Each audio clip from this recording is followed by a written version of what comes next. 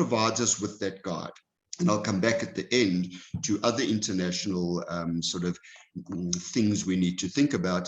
But the context of our child protection and child rights work and child development work is the United Nations Convention on the Rights of the Child.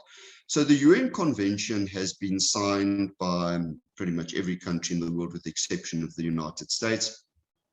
And it gives us a guide to what the minimum standards for children's rights are, recognizing that children are afforded certain rights. Those are indelible rights. They are rights we cannot remove from children, and that we as adult duty bearers, we have a duty to ensure that those rights are met, obviously within our abilities, because there are limits to it, which we see in our country all the time.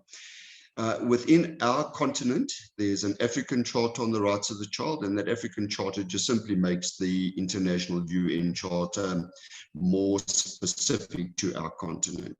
And while those two international treaties are important, is that they pretty much govern everything in terms of how we deal with children. And they are the underpinnings of our constitution. And within our constitution, the overriding principle is that we act in the best interests of children. Now, that's not always as simple as what it may sound, because sometimes children, depending on their age and their ability to understand and consent to things and their criminal capacity, it's not always easy to understand how we balance child participation with us as sort of adult duty bearers. We're struggling to balance, the parents and I are struggling to balance this young lady of 12's rights to, for us to not go and talk to the school about what's happening, with our duty as adults to say we do need to talk to the school about what is happening, because there are other children involved and your well-being. And at 12, you're going through puberty and your brain is on fire, because of your development, and we need to unfortunately make some decisions on your behalf. And that becomes quite complex around what is best, because sometimes it goes against what the children may be explicitly asking us to do.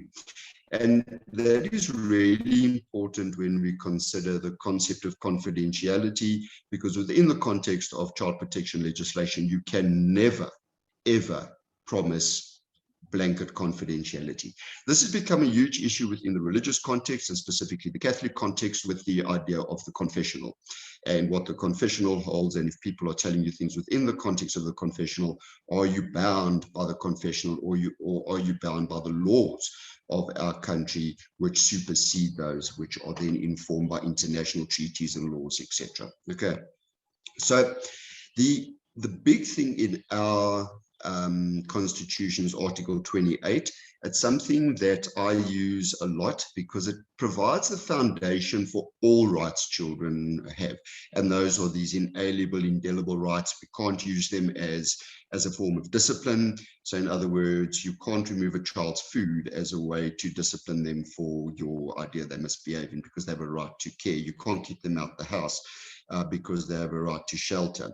So there's certain things we can't use within the context of discipline. We cannot remove those rights. We cannot infringe on those rights when we are acting as duty bearers, because we are there to make sure those rights are met. So the way I use it in our programming, so where you see in the background where I'm sitting now, I'm sitting at a boxing gym I run within the sort of inner city Joburg Hillbrow community.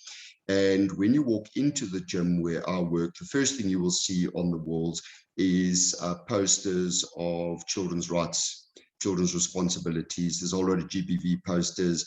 There's information up on the cycle of violence and the circle of care, so that when children enter my gym, they know that this is a place where we take their safety seriously. We've got all of our guardian certificates up on the wall to say we've all been checked against the child protection sexual offenders registers. I've got my occupational health and safety certificates on the wall, because the environment in which children find themselves needs to contain them. And look, within the school or the classroom context, we need to be able to show children that we can give them a script for their rights, because children cannot claim their rights unless they are aware of what those are.